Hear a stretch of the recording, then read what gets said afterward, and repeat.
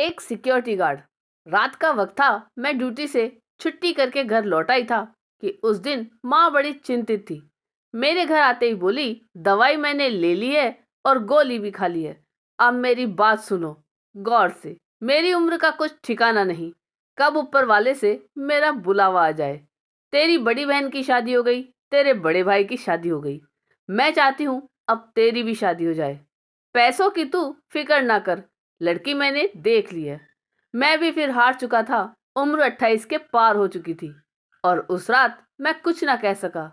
कुछ दिन बाद मेरी शादी तो हो गई, लेकिन मुझे बाद में पता चला हमारे मकान के कागज पड़ोस के शर्मा जी के पास गिरवी पड़े हैं।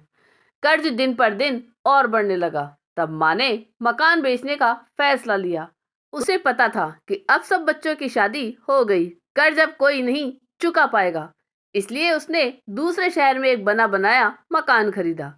उसमें केवल 2 ही कमरे थे। रात ही रात ट्रक में सारा सामान लादकर हम नए घर की ओर चल पड़े। माँ ने नीचे वाला ग्राउंड फ्लोर मुझे दे दिया और ऊपर वाला फर्स्ट फ्लोर बड़े बेटे को दे दिया और खुद पिता के साथ छत के ऊपर दोबारा तंबू बनाकर रहने लगी।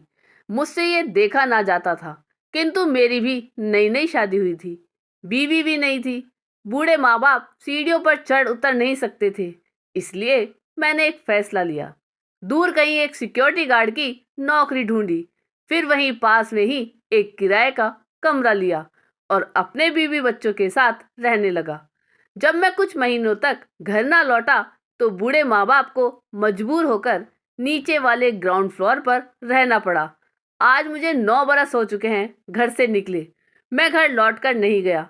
मुझे उस दिन सुकून मिला जब पता चला मेरे बूढ़े माँ बाप छत से उतरकर अब नीचे ग्राउंड फ्लोर में रहते हैं। सर्दी की ठंडी हवाओं से बचते हैं, गर्मी की बारिश से बचते हैं। मुझे इंतजार रहता है अपनी तनख्वाह का और खुशी रहती है जब मैं अपने बूढ़े माँ बाप को मोबाइल से पेटीएम करता हूँ।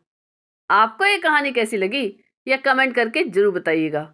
चैनल पे नए हो तो सब्सक्राइब जरूर कीजिएगा और वीडियो को लाइक और शेयर कीजिएगा। धन्यवाद।